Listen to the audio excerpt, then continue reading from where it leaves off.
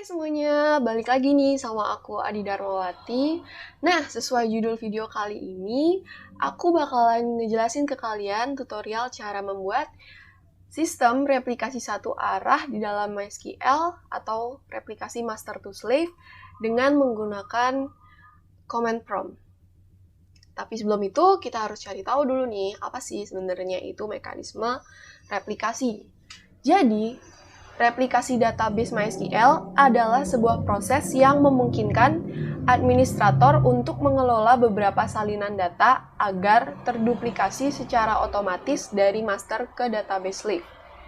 Ini dapat bermanfaat untuk berbagai hal, termasuk dalam pencadangan data atau backup, menganalisa data tanpa menggunakan basis data utama, ataupun untuk keperluan scale out.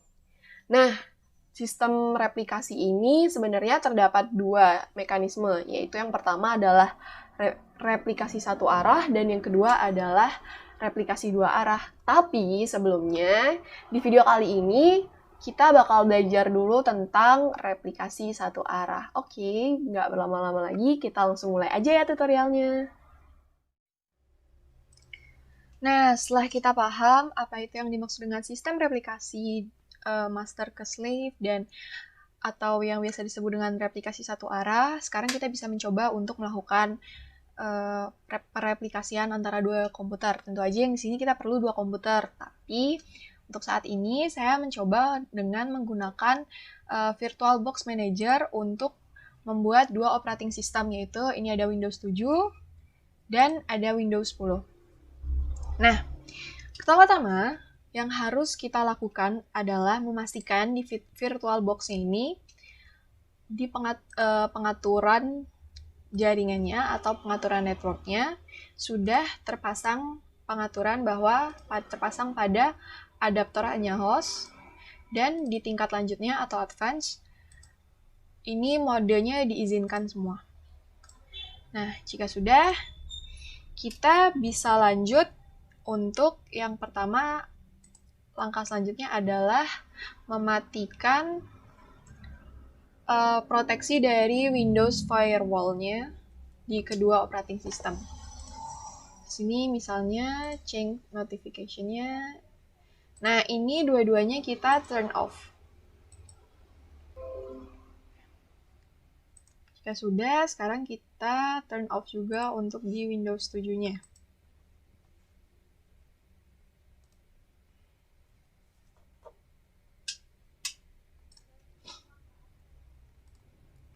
Ini kita juga turn off.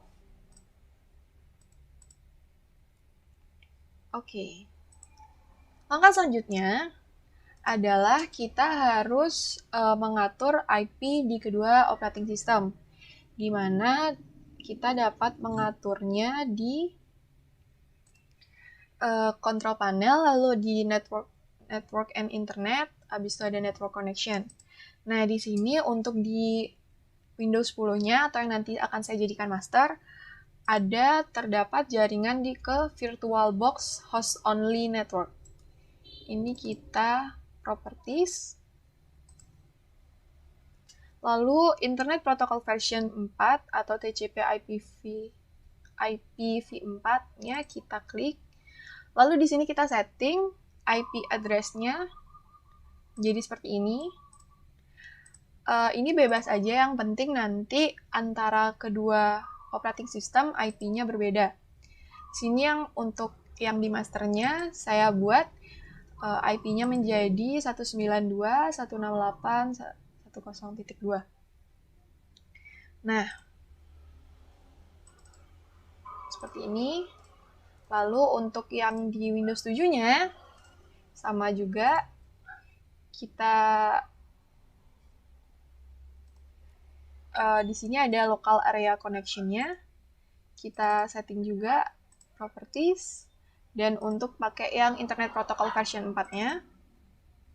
Nah, di sini saya mengatur menjadi IP address-nya 192.168.10.1.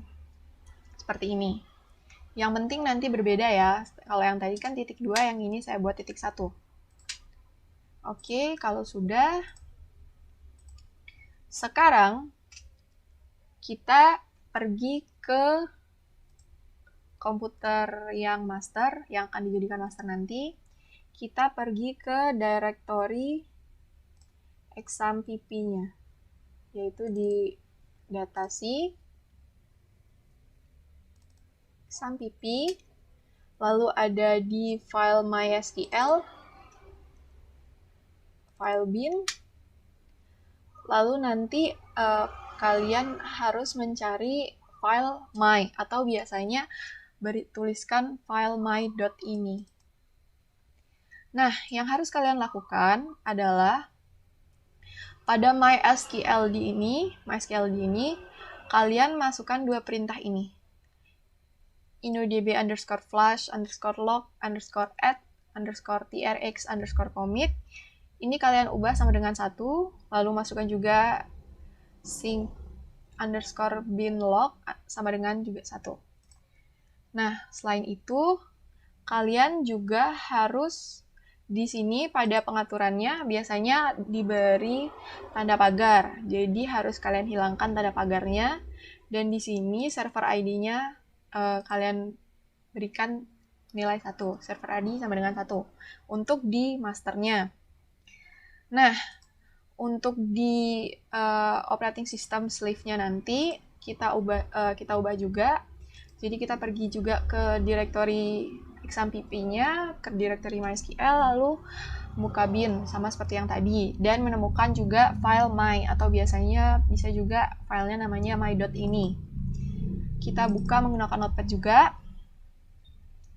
Nah, di sini pada file yang ini kita yang harus kita lakukan adalah hanya kita hilangkan tanda pagar pada log strip bin sama dengan mysql strip bin, lalu mengubah server ID-nya menjadi 2. Jika sudah, kita tutup dulu.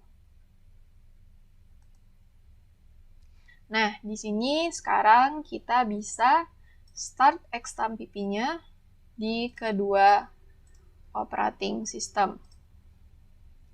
Ini udah start. Nah, setelah itu, kita pergi ke command prompt. Nah, pertama kita operasikan dulu command prompt di bagian komputer masternya. Nah, sekarang yang kita harus lakukan pertama adalah masuk dulu ke directory mysql-nya. Seperti biasa dengan change directory c/exampp/mysql/bin. Setelah itu, kalian masuk ke MariaDB seperti biasa dengan menggunakan MySQL, username-nya root, dan di sini tanpa password. Nah, jika sudah berhasil seperti ini, kalian bisa memulai untuk membuat sebuah user, di mana dengan perintah create user, lalu kalian masukkan username yang kalian inginkan. Misalnya di sini saya ingin masukkan latihan 7. Lalu add identified by. Nah, di sini adalah seharusnya kita masukkan password di dalam 2 tanda petik. Namun di sini saya memberikan contoh untuk tidak memberikan seperti contoh ini tidak diberikan password agar lebih mudah. Nah, kalau udah, kita sekarang buat perintah grant replication slave on. Kita masukkan username-nya, maksudnya on bintang titik bintang to. Kita masukkan username-nya, yaitu latihan 7. Sama seperti tadi, identified by dikosongkan juga. Nah, jika sudah berhasil, sekarang kita cek dulu status dari masternya. Show master status. Nah, nanti akan keluar tabel seperti ini yang nanti kita juga bakal perluin. Jadi kita tinggal di sini dulu. Sekarang kita pergi ke operating system slave-nya. Nah, pada operating system Windows 7-nya kita juga pergi ke command prompt-nya dulu, lalu kita pergi ke directory-nya MySQL, XAMPP MySQL-nya, kayak seperti biasa dengan cara change directory c/xampp/mysql/bin. Nah, kalau udah seperti biasa kita masuk ke MariaDB-nya dengan MySQL username root tanpa password. Nah, di sini kalau udah berhasil, yang harus kita lakuin pertama adalah kita untuk berjaga-jaga kita stop slave. Jika misalnya ada slave yang belum sempat dibuat kemarin atau kapan yang belum tertutup. Jadi kita stop slave dulu untuk jaga-jaga. Lalu baru kita bisa change master to. Jadi di sini kita ubah masternya. Jadi, di sini kita masukkan beberapa info master dari operating system Windows 10 yang tadi. Dimana pertama adalah master host. Nah, ini kita masukkan informasi IP address dari Windows 10 yang udah tadi kita atur, yaitu 192.168.10.2. Lalu yang kedua ada master user. Nah, ini kita masukkan informasi username yang udah kita buat tadi, yaitu latihan 7.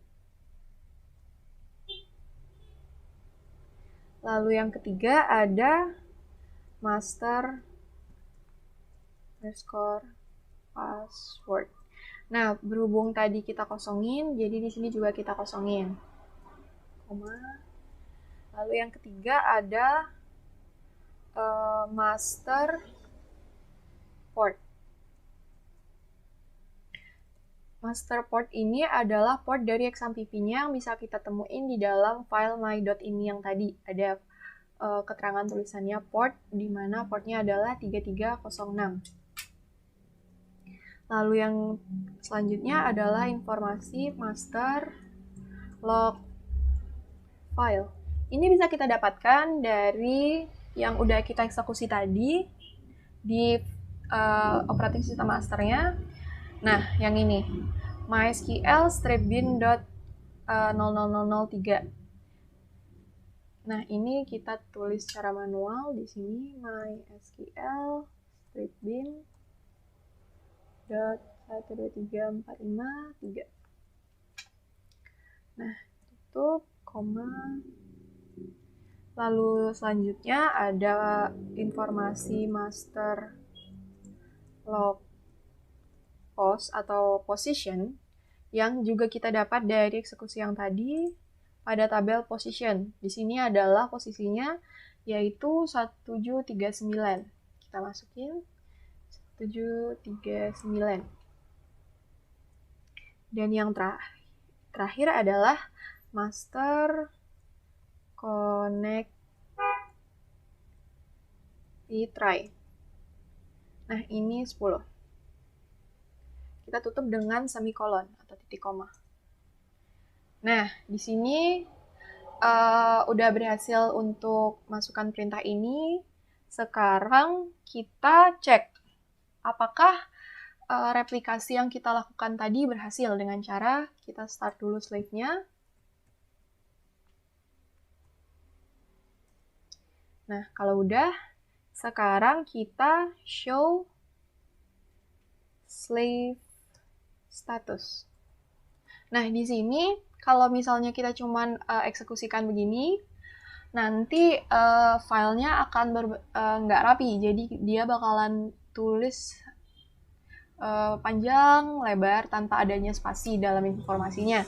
Nah, supaya kita rapi dan lebih mudah dibaca, kita tambahkan operating G/G seperti ini. Nah, kalau udah ada tulisan kayak gini, waiting for master to send event. Ini artinya replikasi yang kita lakukan tadi sudah berhasil. Nah, sekarang coba kita buktikan dulu apakah benar replikasi satu arah ini udah berhasil. Nah, karena ini replikasi satu arah, jadi sekarang kita coba untuk membuat satu database dari operating system masternya.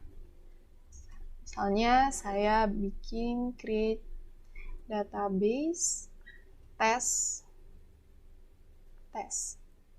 ya. Nah, di sini udah berhasil. Kalau misalnya kita lihat show database. Di sini ada database yang udah kita buat tadi, yaitu file test. Lalu sekarang kita coba di sini. File yang baru kita buat tadi. Karena replikasi ini hanya bisa menampilkan file yang baru dibuat setelah replikasi terjadi, nggak bisa file yang udah dibuat sebelumnya. Jadi kalau misalnya kalian emang udah punya file dan baru mau direplikasi, mau nggak mau kalian harus nge-backup dulu dan di-inputkan ulang ke dalam database-nya, biar bisa ditampilkan di dua perangkat.